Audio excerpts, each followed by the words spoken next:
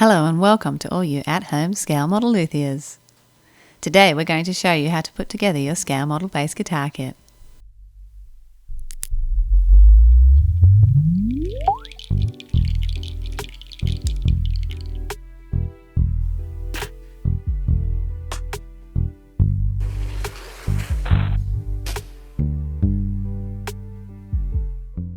Welcome to our tutorial on how to assemble the fingerboard and neck of your scale model bass guitar.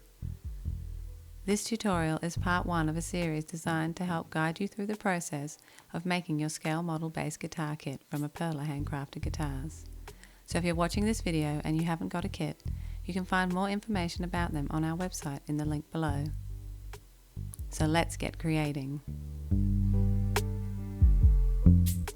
The tools you will need to complete this task are 2 to 3 clamps, a sanding block, and wood glue. We use 1 spring clamp and 2 vice clamps. The sanding block is a flat block of wood with a piece of sandpaper double-sided taped to it. We use 80 grit 3M paper. The wood can be scrap wood, but you need something sturdy. And for the wood glue, we use Titebond or Gorilla Glue.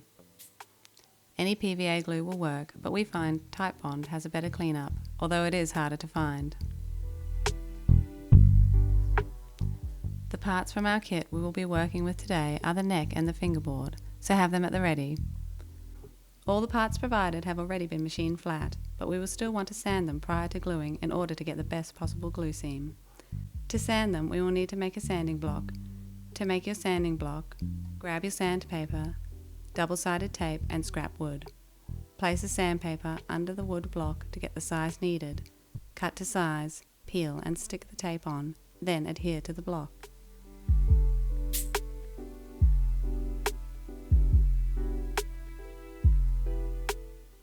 Now that you have your sanding block, you can sand the top of the neck and the bottom of the fingerboard.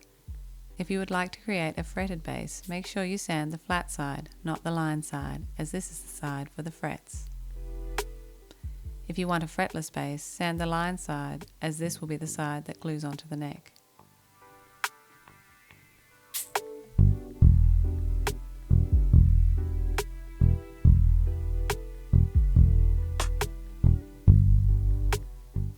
It can sometimes be difficult to tell if you have sanded the whole surface evenly.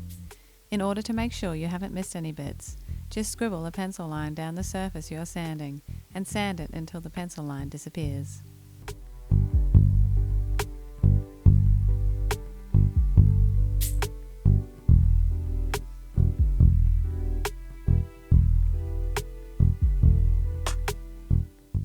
Next, we will use a small amount of wood glue on both the surfaces of the fingerboard and the bass guitar neck. Squeeze the parts together tightly with your fingers to get rid of most of the excess glue.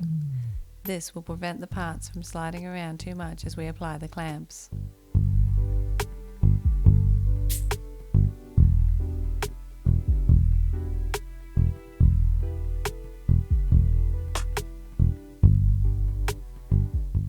Clamp your neck and fingerboard together on a flat piece of wood. The back of your sanding block should work great for this. We clamp in the middle first, then double check to make sure everything is lined up correctly. We then place a clamp on each end, checking again to make sure it is all lined up. Leave these parts to dry under clamps for at least 30 minutes. We recommend leaving overnight for this to dry fully before unclamping to move on to the next stage.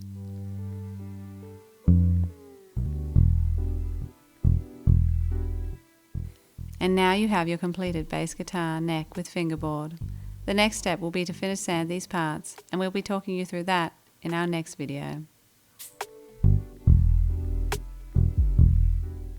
Stay up to date with all our tips, tricks and inspiration on our website and social media.